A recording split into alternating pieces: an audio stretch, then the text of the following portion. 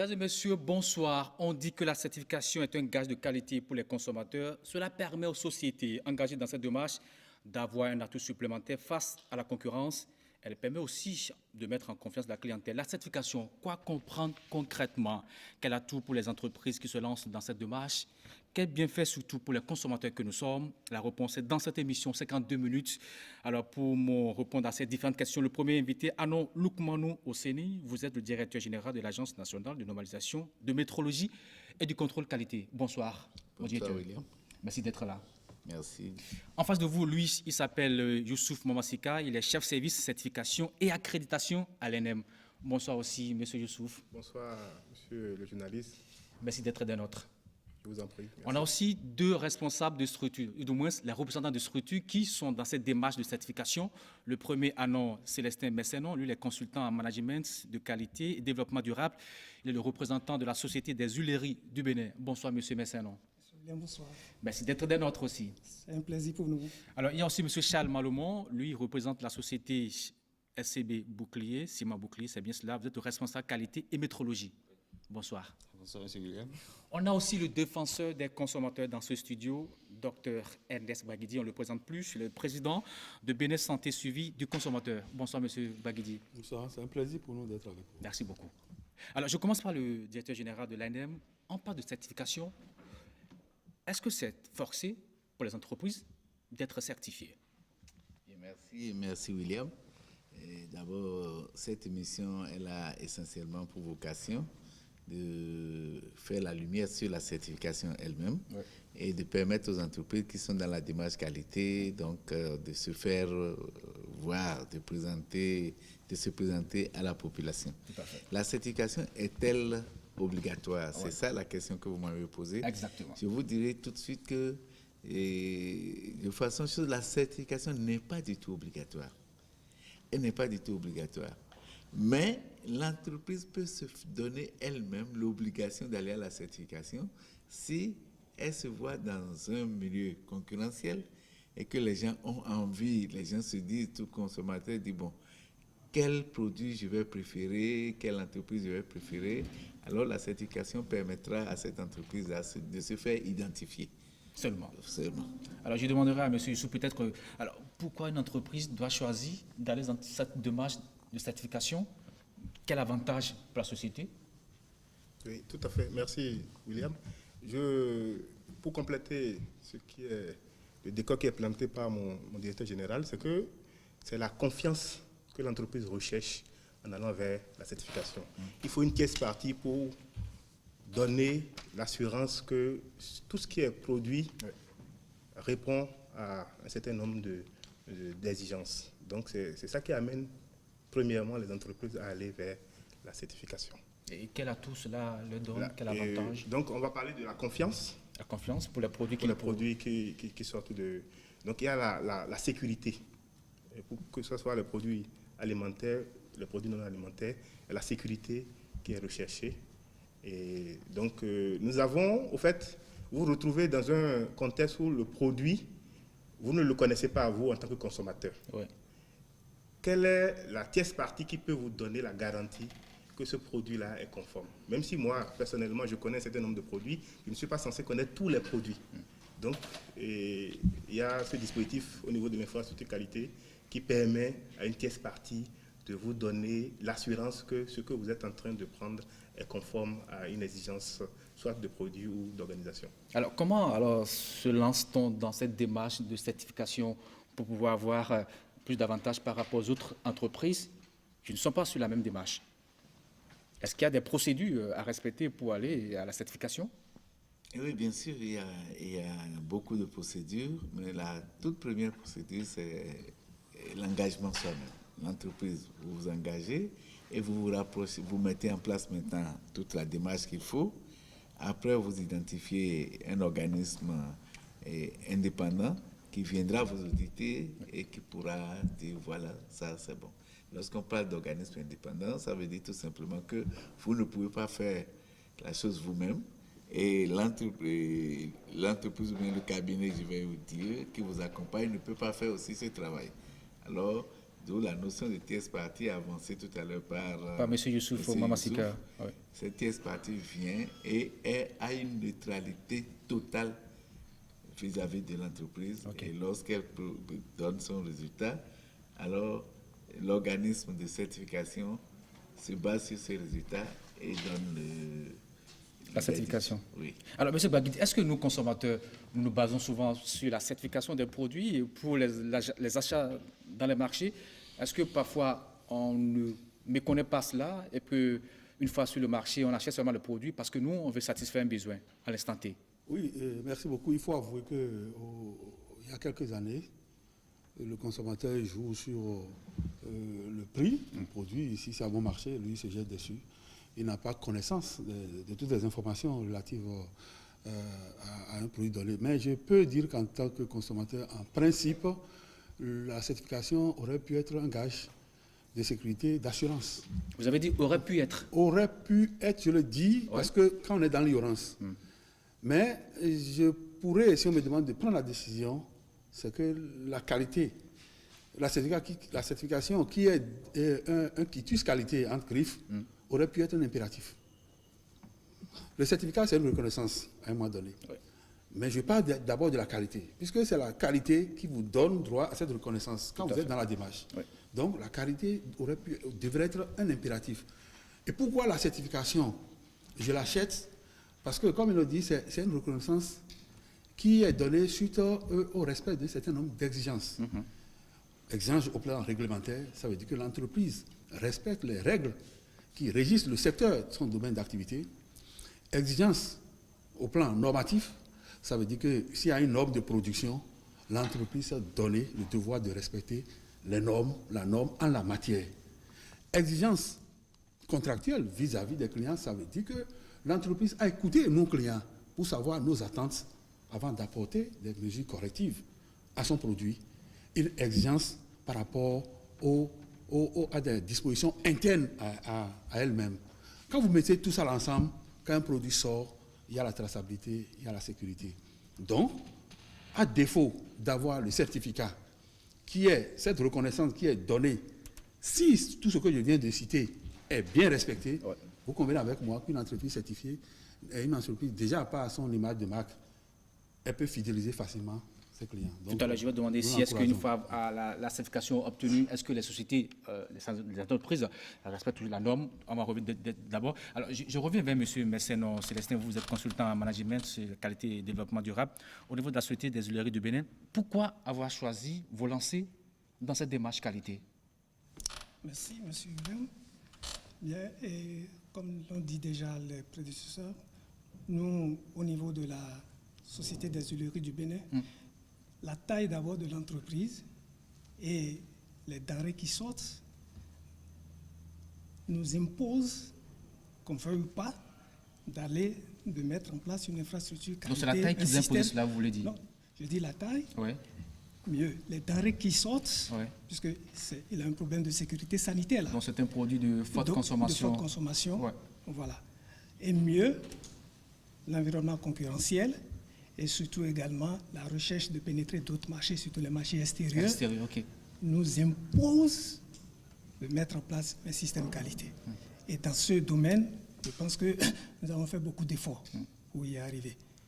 Et alors, pourquoi c'est maintenant que vous voulez aller sur cette démarche? Ça fait longtemps quand même que vous êtes dans le pays, que vous travaillez, que vous mettez les produits sur le marché. Pourquoi c'est maintenant que vous voulez aller sur la démarche qualité? C'est-à-dire que par le passé, ce que vous mettez à la disposition des consommateurs, ce n'était pas de bonne qualité? Non, ce n'est pas ça. Ouais.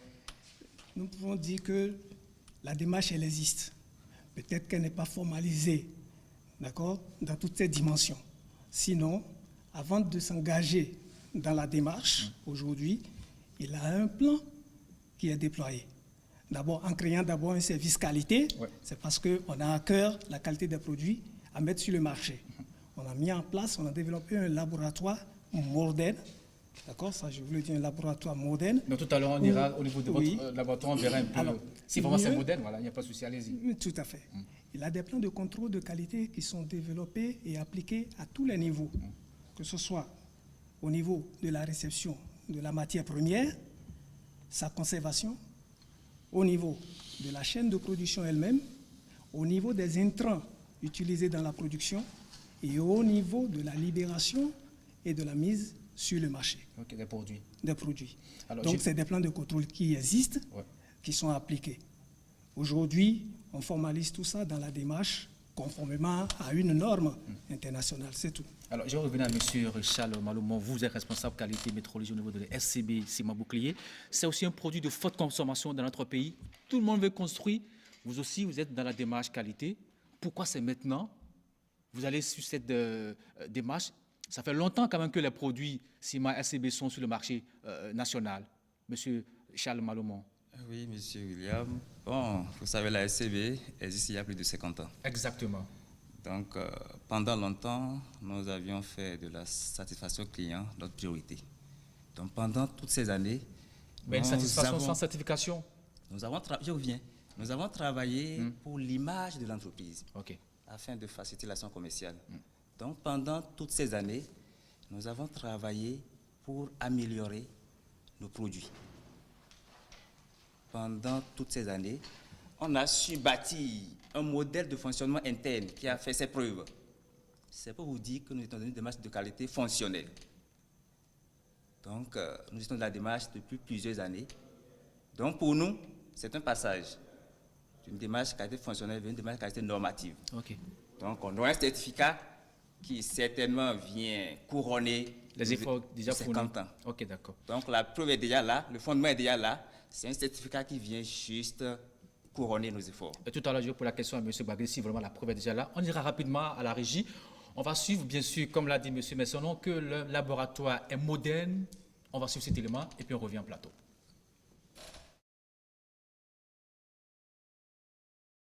C'est pas bon. Ok. D'accord. Alors, M. Youssouf, est-ce qu'on peut savoir ce que vous faites là avec la dame? Là, elle vient de me présenter très rapidement les analyses qu'elle effectue quotidiennement sur la matière première. Donc, nous avons l'humidité, nous avons la matière grasse. Ces analyses sont effectuées tous les jours pour qu'il n'y ait pas une détérioration de la matière première avant l'entrée en production. Le laboratoire de la SHB est chargé de contrôler les qualités de tout ce qu'on reçoit, de tout ce qu'on produit et de tout ce qu'on vend. C'est-à-dire à l'arrivée des graines de coton, puisque c'est notre matière première, nous regardons la qualité de ces graines-là dès l'arrivée des camions. Et c'est en fonction de leur bonne qualité qu'on les stocke. Ensuite, ces graines-là sont déstockées et suivies tout au long de leur trituration. C'est-à-dire à chaque étape de la production, il y a des points critiques qui sont ciblés et des échantillonnages spécifiques sont faits à ces points-là. Donc ces points-là sont établis, sont prédéfinis et le labo est chargé à chaque point d'échantillonnage de recevoir de ces genres d'échantillonnage et de communiquer les résultats à la production, à la chaîne de production qui en tient compte tout au long du processus de production. Donc pour nous, chaque atelier est un point clé qui reçoit une matière première et cède une matière finie ou semi-finie à un autre atelier pour poursuivre le cursus de production. Donc à chaque étape, quand l'atelier A n'a pas un produit semi-fini ou fini de bonne qualité, on ne continue pas la marche de la production. On reprend, chaque atelier reprend. Le facteur humidité est un point clé dans la conservation de tout ce qui est produit agroalimentaire. Parce que c'est de cette humidité-là que profitent les germes pour se développer. Donc tant que vous maîtrisez l'humidité à la bonne norme de votre produit, vous êtes sûr de sa longue conservation et de sa qualité propre à la consommation aussi. Alors, est-ce qu'on pourrait dire que les huiles que nous consommons au dehors sont pour la plupart de mauvaises huiles? Je ne pourrais certifier cela, mais ce que je peux dire, c'est que je suis certaine de la qualité que nous produisons ici, puisque à chaque étape, cette huile est checkée, est contrôlée. Et au finish, nous ne stockons que de la bonne qualité. Et en plus, avant de servir le client, c'est-à-dire lors des mises en bouteille ou lors des ventes en vrac, nous contrôlons aussi bien le contenant, c'est-à-dire les bouteilles, bidons et même les camions citernes qui enlèvent cette huile-là. Et puisque nous consommons aussi cette huile, nous ne pouvons produire quelque chose d'impropre à la consommation. Les bouteilles de Vitalor, les bouteilles que la SHB met sur le marché, c'est des bouteilles de 1 litre. Donc l'objectif, c'est de remplir ces flacons à 1 litre, bouchonnés, étiquetés, vérifier que la production respecte les normes de qualité et d'hygiène. Et puis il y a le laboratoire, le service contrôle qualité qui est là pour ça. Et puis après, nous mettons ça sur le marché. Avec moi, M. Ernest Baguidi, on est descendu dans le laboratoire de la Société des huileries du Bénin. La dame a parlé, elle a expliqué. Est-ce qu'elle vous convainc? Oui, vous savez, c'est purement technique, mais c'est une étape qui est obligatoire. C'est déjà heureux que l'entreprise puisse disposer d'un laboratoire à l'interne pour faire déjà l'autocontrôle. Maintenant, il revient aux organismes régaliens, l'ANAM ou bien d'autres structures, de faire la contre-expertise pour vérifier la conformité de ce qui a été fait. Donc, quand vous prenez le processus tel qu'il est déroulé, c'est ce qui doit être. Donc, a priori, on pourrait quand même accepter qu'ils sont dans la démarche, qu'ils sont dans le processus normal. Maintenant, quand tout ça là a été sanctionné du moins par un certificat, ça veut dire qu'il y a une pièce qui est passée, faire le contrôle aussi pour voir la conformité déjà avant de délivrer. Parce que l'organisme de certification a une image aussi. Je ne veux pas croire que les gens délivrent comme ça un certificat alors qu'on peut faire un contrôle à tout moment. Okay. Donc je dis en tant que consommateur, quand je vois un processus qui se déroule de cette façon, ça pourrait a priori nous rassurer. Alors, DG ANM, il demande s'il y a une contre-expertise pour vérifier vraiment ce que dit ce responsable du laboratoire au niveau de HSB. Vous confirmez qu'il y a souvent des contrôles pour voir la véracité de ce qui est dit? Je dirais plus. Oui. Je dirais et toutes les entreprises que nous avons sur ce plateau, et je garantis que même les équipements qui sont utilisés, les thermomètres, et tout ce qu'on utilise pour voir l'humidité, tout cela sont des équipements qui viennent d'abord en étalonnage chez nous, à l'Agence nationale de normalisation de météorologie et du contrôle qualité. Donc, à partir de ce moment, dès lors que les équipements même sont des équipements sur lesquels nous n'avons pas de doute, on n'aura pas de doute sur les résultats donnés par ces instruments. Et c'est ce qui rassure la dame lorsqu'elle dit nous faisons les analyses, nous voyons le taux d'humidité, c'est un équipement qui lui donne son taux d'humidité. Et d'avance, SHB nous envoie tous ces équipements et nous vérifions. Donc, ça aurait été, on aurait pu passer ça là aussi pour convaincre davantage les consommateurs. Alors, je vais revenir à M. Mamassika pour dire, est-ce que parfois vous ne fermez pas des yeux sur quelques petites erreurs qui pourraient se glisser dans le contrôle qu'on doit effectuer par rapport à ces produits que nous consommons sur le marché? Je vois par exemple le cas de l'huile, parce qu'aujourd'hui, c'est une denrée de forte consommation dans notre pays, l'huile végétale. Est-ce que parfois, il n'y a pas des erreurs qui peuvent se glisser et vous dites au niveau de l'ANM, on va fermer les yeux, on continue comme ça? Ça va être un peu difficile. Ouais. Parce que, en fait, le mécanisme qui est mis en place, il y a l'impartialité et l'indépendance. Donc, ça, c'est les deux principes qui nous ont permis d'avoir notre accréditation. Notre compétence, aujourd'hui, par rapport à l'activité de certification de produits, ça découle des deux principes en question et d'autres principes. Mais je vais m'accentuer sur les deux principes. Ouais. L'impartialité pour dire que chaque unité qui vient au niveau de notre structure doit être traitée de façon identique. Il ne faut pas qu'il y ait qu'on privilégie une par rapport à l'autre. Donc, c'est pas parce que SHB est une grosse boîte qui produit de l'huile qu'une petite unité artisanale serait traitée autrement. Donc, les deux unités sont traitées de la même façon. Ça, c'est un. Deuxième chose, nous avons l'indépendance. On assure l'indépendance sur toute la filière. Celui qui est parti à SHB pour voir comment ça se produit là-bas, c'est-à-dire l'auditeur, doit être différent de celui qui va prendre l'avis, celui qui va étudier le dossier à la fin. Mais nous sommes tous des humains après tout. Oui, mais c'est que souvent, et on a des barrières au niveau de la norme 17065, il y a des barrières. On dit de séparer celui qui prend la décision. Il y a un anonymat souvent qui est fait. D'abord, pour l'évaluation globale de SHB, on a 3 niveaux. D'abord, le premier niveau, ça va être l'échantillonnage. On va venir de façon aléatoire faire un échantillonnage raisonné et représentatif. On va prendre des bouteilles. Ces bouteilles vont aller au laboratoire. Notre laboratoire de référence, c'est le laboratoire central de sécurité sanitaire des aliments, avec un anonymat. Donc, le laboratoire ne saura pas. Donc, 50% de la décision qui est prise par rapport à ce dossier, c'est le résultat des labos. Les autres 50%, c'est l'analyse sur le terrain. Qu'est-ce qu'on a vu? L'hygiène, est-ce que ça peut garantir? Est-ce qu'ils ont un labo interne? Est-ce qu'ils ont régulièrement des tests qu'ils font? Parce qu'entre 2 passages, c'est-à-dire, nous, lorsqu'on passe aujourd'hui, pour repasser, ça va être peut-être dans 1 an. Quel dispositif on met en place pour nous garantir que les produits vont toujours être conformes à ce qu'on avait vu le premier jour de notre... Donc, ce dispositif, c'est vrai qu'il ne peut pas être totalement parfait. Et il peut y avoir des failles, mais on a prévu des solutions telles que le comité d'impartialité et de préservation de l'indépendance, qui est un comité de recours. Parce qu'à un moment donné, vous pouvez vous retrouver avec des produits qui ont échappé à ce dispositif, qui sont restés non conformes. Donc, et c'est là où on fera appel à l'association de consommateurs. Parce que, qu'on le veuille ou pas, si on parle d'échantillonnage, si on parle de statistiques, ceux qui ont fait des séries scientifiques le diront, il y a l'erreur bêta et l'erreur alpha. Qui pourra se glisser. Donc, même si on a tout vu, il y a des éléments qui vont toujours échapper.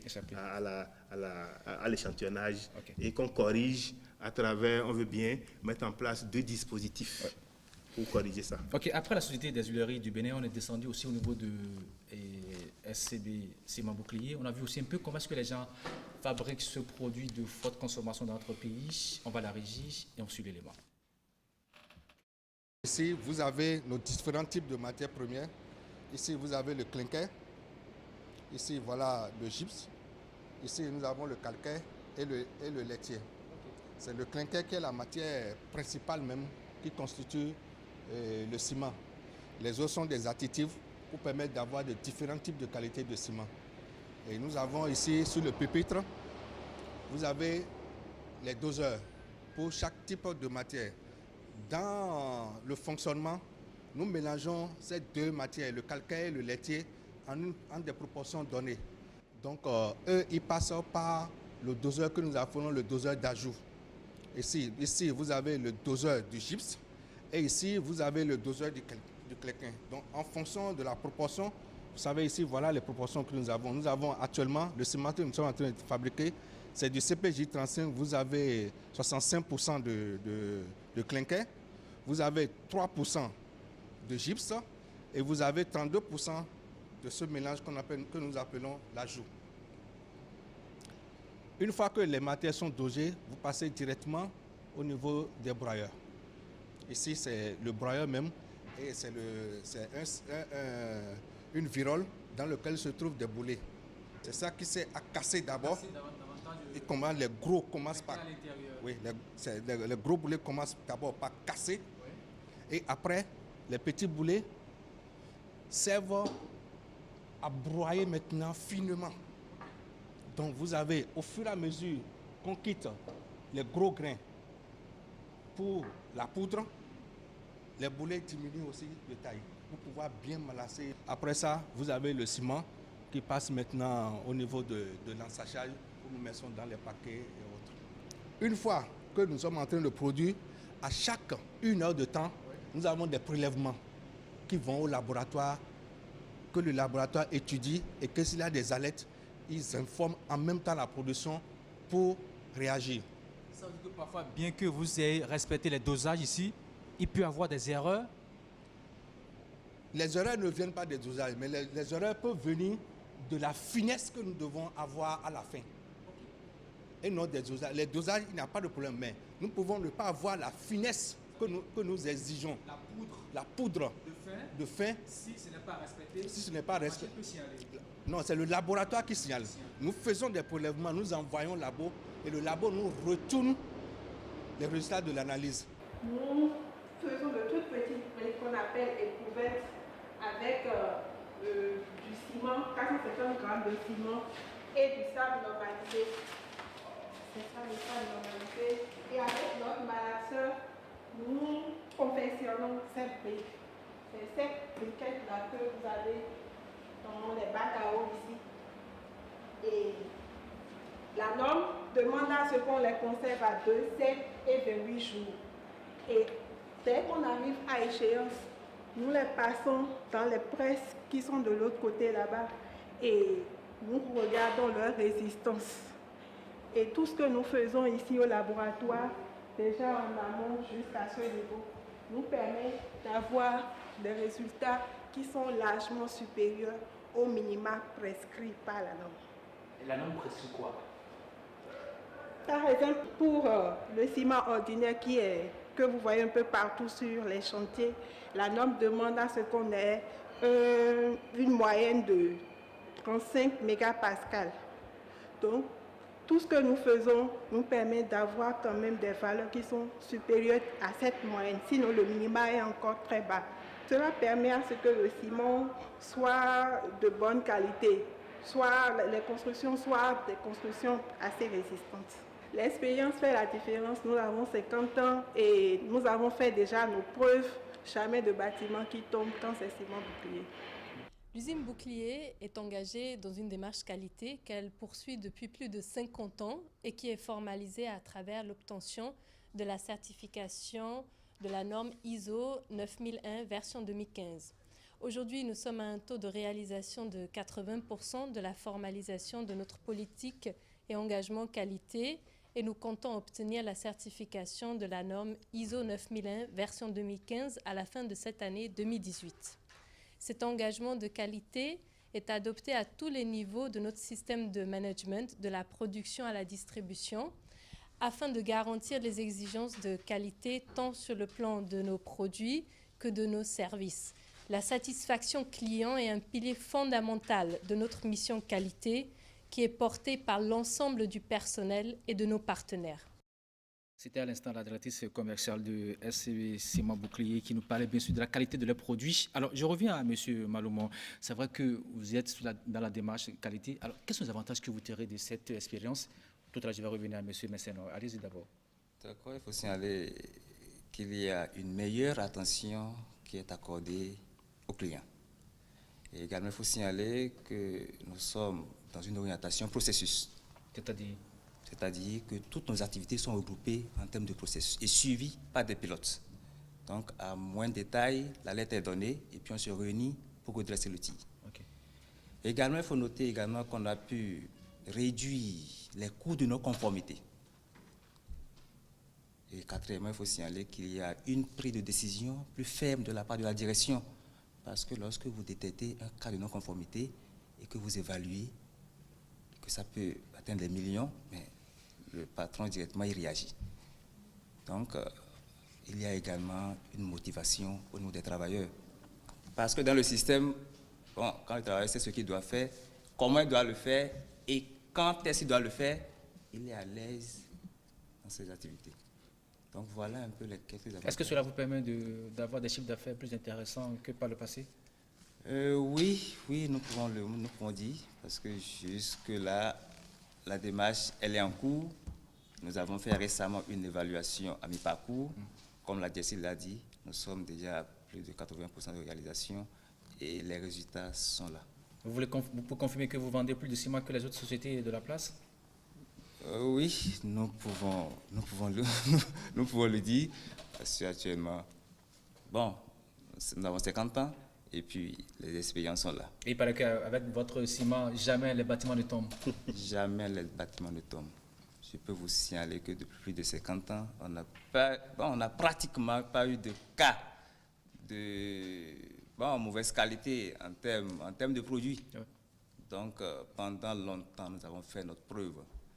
Nous avons fonctionné avec une démarche qualité interne qui a fait ses preuves pendant plus de 50 ans, pendant plus d'un demi-siècle. Ok. Tout à l'heure, je reviens par rapport aux différents produits que vous avez au niveau de votre structure. Alors, je reviens à M. Messeno. Je vous pose presque la même question. Est-ce que vous pensez qu'avec cela, ça vous permet de vendre mieux, d'être plus concurrentiel sur le marché, non seulement national, mais aussi dans la sous-région, pourquoi pas à l'international? Merci, M. William. Donc, je pense que, d'abord, nous avons une autosatisfaction, d'accord, en interne, que nous mettons réellement sur le marché un produit de qualité. Et mieux, nous avons une satisfaction par rapport à la réactivité du personnel, qui aujourd'hui, la culture vraiment qualité et sécurité ajoutée est vraiment développée. Maintenant, mais par rapport à l'écoulement du produit, c'est là vraiment...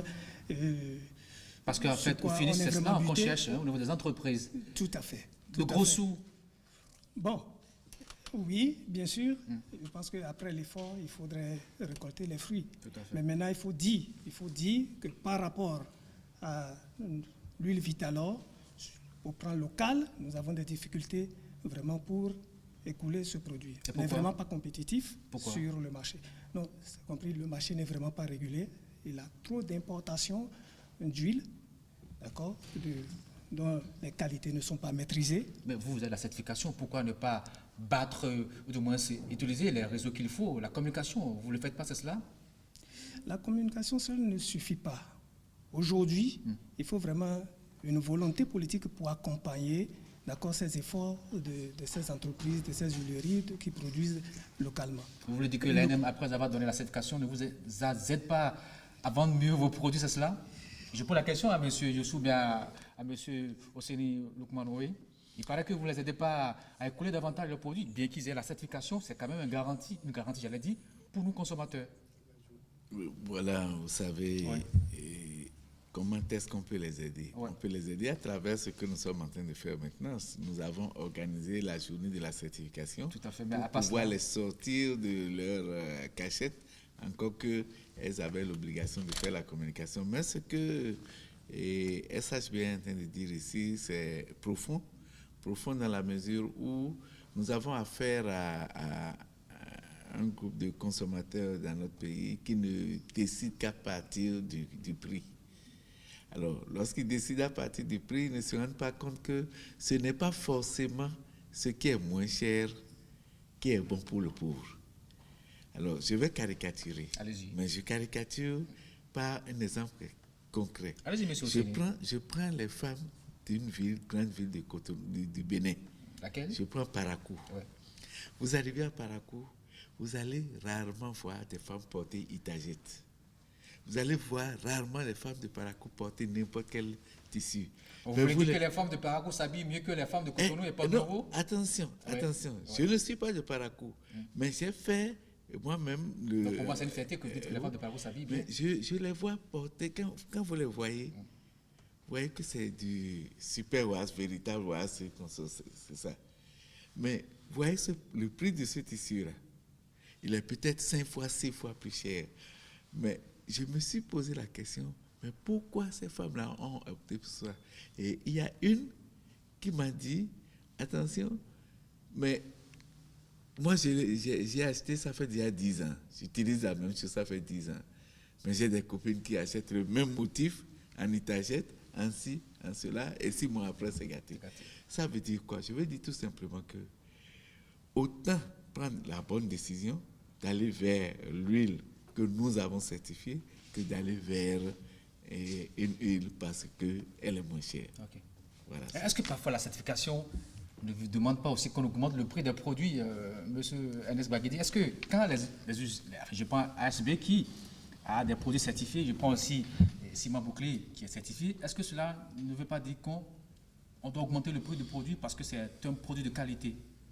Bon, en principe, non, puisque le but de la qualité, c'est la satisfaction des clients. Ça veut dire que si vous êtes dans cette démarche, vous ouvrez les éventails de clientèle. Mais donc vous fidélisez. Pour avoir la qualité, c'est de l'argent j'ai investi. Oui, au même moment. Non, ça a un coût, mais nous avons toujours dit que c'est la non-qualité qui a un coût. Vous avez suivi la démonstration du DG. Oui. Donc, je sais que pour aller à la certification, ça a un coût.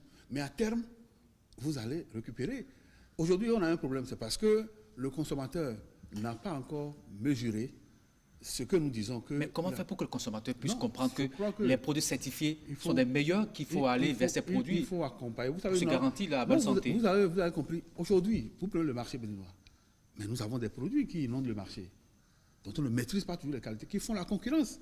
Puisque le coût de production au plan local est encore élevé.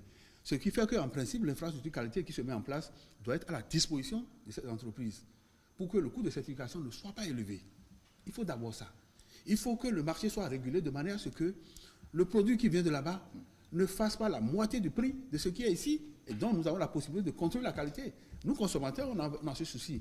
Et c'est pourquoi il dit aujourd'hui, quand on va commencer par démontrer que nous avons la possibilité d'aller contrôler ce qui se passe sur le marché local, mais les autres, ce n'est pas évident. Le consommateur, à terme, va comprendre que c'est mieux pour lui d'aller vers les produits qui sont traçables. Je préfère dire ça. Le produit peut venir d'ailleurs. Mais pour le moment, ce n'est pas encore ça. Ce n'est pas encore le premier souci du consommateur aujourd'hui. Mais c'est le premier souci du consommateur. Ça vient. Oui, il y a peut-être le pouvoir d'achat, il y a aussi l'ignorance. SHB n'est jamais sorti. Mais si nos consommateurs ont ignorant, c'est peut-être vous qui êtes fautif parce que c'est vous qui êtes les présidents vous défendez les consommateurs que nous sommes. Mais il faut que nous ayons des entreprises, beaucoup d'entreprises certifiées sous la main pour vendre. Aujourd'hui, eux, ils sont sortis. Nous souhaiterons que l'agence accompagne beaucoup d'autres entreprises. Non, tout à l'heure, on va demander combien d'entreprises ont pu avoir la certification. Alors, est-ce qu'au niveau de SCB aussi, Ciment Bouclier, c'est la même chose? Les produits ça ne se coule pas bien, c'est cela? Est-ce qu'après la certification, vous avez augmenté le prix et puis la clientèle afflue ou bien chez vous, c'est mieux par rapport à SHB, voilà? Bon, il faut signaler que le secteur cimentier a connu un grand changement. Vous êtes au Bénin. Si, je suis au Bénin. Vous êtes au Bénin. Ouais. Donc, actuellement, ce n'est plus un secret de polychinelle. Ouais. Il y a de la forte concurrence qui s'est installée dans le système. Est-ce qu'au moins votre certification vous permet quand même d'avoir la vente qu'il faut? Oui, c'est l'objectif. Parce que dans cette concurrence, il faut vendre le produit. Est-ce qu'il est atteint l'objectif, M. Malomon? Oui, actuellement, on peut dire que l'objectif est presque atteint. Presque atteint parce que nous avons pu maintenir nos clients et nous sommes en train d'élargir l'assiette de notre clientèle. Ok. Oui, monsieur Ousseini, oui. Tout à l'heure, SCB, Ciment Bouclier. Ciment Bouclier parlait de la concurrence. La concurrence, lorsque nous sommes dans une économie de marché, c'est une bonne chose. Mais ce qui est mauvais, c'est la concurrence déloyale. Et c'est la concurrence déloyale qui s'est bien installée dans le secteur cimentier au Bénin aujourd'hui. Je m'explique. Comment est-ce qu'on peut mettre sur le marché des produits sur lesquels on a écrit 50 kilos, alors qu'en réalité, on vend du 45 kilos ou du 40 kilos. On met du sable à la place du ciment parfois. On fait tout ce qu'il faut comme gymnastique, mais on a du 40 kilos. Ce qui a amené SCB et Ciment Bouclier à aller aujourd'hui dans la certification du poids. Alors, ils l'ont aussi fait? Oui, ils sont dans la certification du poids aussi. Et ils sont dans la certification du poids avec l'ANM. Alors là, je ne vais pas venir sur un plateau sans vendre ma structure. Allez-y. Ils sont venus à la certification du poids avec l'ANM, la première structure qui garantit le poids, qui a été la première structure d'État accréditée ISO 17025 dans la sous-région depuis le 1er septembre et le 1er avril 2011. Ça veut dire qu'en matière de poids, nous ne passons pas à côté. Le poids que nous donnons, c'est ça à quelques milligrammes près. Vous voulez dire que pour acheter le meilleur ciment, il faut aller vers SCB, Ciment Bouclier, c'est cela? SCB s'est mis une corde au cou. Ça veut dire quoi? Nous allons les surveiller une fois l'an, mais eux-mêmes... Une fois l'an, c'est pas trop peu? Ils font, non, selon la norme, c'est une fois l'an, mais une fois l'an, nous allons passer en revue, comme tout à l'heure, M. Mamassika a passé en revue les résultats au niveau de SHB. Oui. On va passer en revue l'autocontrôle qui se font. Et c'est là la corde qui se sont mis au cou. Tous les jours, ils doivent pouvoir contrôler et chez eux et sur le marché. Okay. Et nous devons avoir la certitude qu'ils contrôlent le poids sur le marché. Ça veut dire qu'ils peuvent mettre le produit sur le marché et les gens, une fois dans leur, c'est pas moi, dépôt, peuvent encore diminuer le les produit. Les gens peuvent diminuer, mais eux, ils sont là. Ils sont là pour surveiller cela. Ils sont là pour surveiller ça. Vous voyez, c'est-à-dire, avant, ils ne voulaient pas se donner cela. Mais aujourd'hui, ils se sont donnés cette tâche-là d'aller surveiller le poids sur le marché. Alors, comment faire aujourd'hui pour que la certification ait beaucoup plus d'avantages? Alors, j'allais dire l'avantage des sociétés qui se lancent dans cette démarche. Oui, vous voulez dire quelque chose? Oui, c'est juste pour appuyer ce que le DG a dit. C'est tellement fondamental, si bien que le problème de poids, il faut l'expliquer un peu. Parce que, à part la qualité du produit, il faut aussi que le poids respecte les exigences. C'est-à-dire? Je prends par exemple, bon, monsieur Célestin qui veut construire sa maison par exemple, il doit faire la fondation. Or, pour la fondation, il faut faire du béton qui doit respecter un dosage donné de 350 kg par mètre cube. Ok. Ça veut dire qu'il lui faut 350 kg de ciment pour 1 mètre cube de béton. Supposons qu'il avoisine 7 paquets. 350 kg fait environ 7 paquets. Supposons que dans chaque paquet, il y a une ponction de 7 kg qui est effectuée. Si vous faites au calcul, ça fait environ un paquet de moins. Ouais. Donc, au lieu de réaliser son béton avec 7 paquets, il le fait avec 6 paquets. Là, il y a problème. Donc, c'est pour ça, conscient de cela, nous sommes dit qu'il faut aller vers la certification des poids de nos paquets de ciment. Parce que l'année passée, on a détecté même un réseau de reconditionnement des paquets de ciment qui font des ponctions. Les gens achètent les ciments bien ils font des ponctions, ils recollent normalement comme si de rien n'était, ils revendent sur le marché. On a mis la main sur un réseau qu'on a confié à la justice. Donc, c'est conscient de cela que nous sommes donnés cette responsabilité d'aller vers la certification des poids de nos paquets de ciment. Je crois que l'audit de certification a eu lieu le mois passé et nous sommes en attente des résultats. Ok, d'accord. Oui, monsieur Messin, on voulait réagir. Allez-y. Oui, je voudrais réagir un peu par rapport à l'intérêt d'aller vraiment vers la consommation de ces produits locaux. Oui. Je reviens, SHB n'est pas resté les bras croisés. Je pense qu'il y a beaucoup de politiques qui sont développées pour pouvoir percer le marché local. Voilà. Et tout récemment, nous avons eu un contrat avec une agence de communication qui fait bien le travail. Mais nous disons toujours qu'il faut, au niveau national, un effort qui soit fait. Nous voyons déjà des efforts qui se font, par exemple, par rapport aux autres métiers, surtout au niveau de l'artisanat. Mais au niveau des grosses industries qui mettent sur le marché des produits de grande consommation, je pense que cet effort également doit arriver là. Tenez, SHB exporte pratiquement 98% de sa production. Les Nigériens en raffolent. Mais nous, au Bénin, on ne prend pas. Mais au Bénin, nous ne prenons pas. Et ce n'est pas le seul produit que SHB met sur le terrain. Il y a un produit que SHB a développé, parce que soucieux de la protection de l'environnement, on a développé un produit qui est appelé Vitanimal, qui est de l'aliment de bétail. Ouais. Mais c'est les pays de l'Interland, c'est les Burkinabés, c'est le Niger, c'est le Mali qui en raffolent. Au moins, cette certification vous a permis de vendre à l'extérieur. Bon, mais nous aurons souhaité que ce soit à l'intérieur d'abord. Que ce soit à l'intérieur. Ouais. Parce que par rapport à ce deuxième produit dont je parlais, vous connaissez le phénomène de transhumance dans notre pays. Tout à fait. Avec ses corollaires, ses conséquences chaque année. Alors, on peut accompagner, par exemple, SHB pour pouvoir standardiser ces éleveurs-là. Tout à fait. Le produit est disponible et adopté dans d'autres pays. Alors, donc, c'est ce que nous souhaitons. Merci, monsieur Messin. Alors, je vais revenir à monsieur Sou, mais d'abord, on ira d'abord à la régie, parce qu'on a été aussi dans une unité de production du jus IRA. Eux aussi, ils sont dans la démarche qualité. On va descendre dans le laboratoire. Nous avons mis en place un système de traçabilité qui se déroule de la manière, c'est-à-dire, il y a d'abord un travail qui se fait en amont.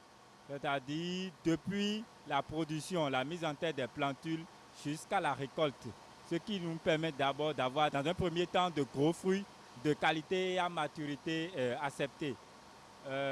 Une fois à l'usine, nous avons mis tout un dispositif de qualité, un système qualité qui nous permet d'abord dès la réception des fruits de contrôler certains paramètres, à savoir le brise par exemple, de faire un contrôle visuel des fruits avant l'entrée en transformation même. Quelles sont les différentes certifications que vous avez reçues? Il faut reconnaître qu'on a la certification bio pour nos fruits parce que nous avons des producteurs spécifiques à l'usine. Ensuite, pour la démarche qualité, en ce qui concerne la transformation, nous avons la certification HACCP qui nous a été délivrée. Nous avons des collaborations surtout avec le laboratoire central, la LCSA. Ils passent de temps en temps faire des échantillonnages au sein de notre usine qui confirme que nos produits sont sains, sans danger pour le consommateur. Vous avez eu le temps de vérifier chaque fruit avant qu'on le broie? Oui, évidemment, parce que sur le dispositif, il y a 2 niveaux de contrôle. Un premier niveau de contrôle qui permet d'enlever les fruits qui ne sont pas conformes. Ensuite, au sein de l'usine, il y a un deuxième niveau où une table trieuse, je dirais, où les fruits qui ont échappé de l'autre côté sont retrouvés de l'autre côté et enlevés du système. Alors, Monsieur Youssouf Mamassika, c'est vrai qu'on a vu SCB Ciment Bouclé qui sont dans cette démarche. C'est quand même très important, il faut les féliciter. Il y a aussi la Société des huiles du Bénin aussi qui sont dans cette démarche. Quelles sont les autres sociétés dans notre pays qui se lancent? Parce qu'il faut quand même que nous, consommateurs, que nous ayons des produits de qualité. Elles sont combien ces entreprises, ces sociétés dans notre pays dans cette démarche? On a un grand vivier. Et je profite de cette occasion pour inviter... Vous avez 45 secondes, allez-y. Oui, je profite de cette occasion pour inviter le peuple béninois à venir voir les entreprises certifiées, les entreprises qui ont des produits certifiés au niveau de Azalaï, du 17 au 19 octobre prochain. Donc, c'est la mini-foire en prélude à la journée nationale de la certification qui aura lieu le 18 octobre.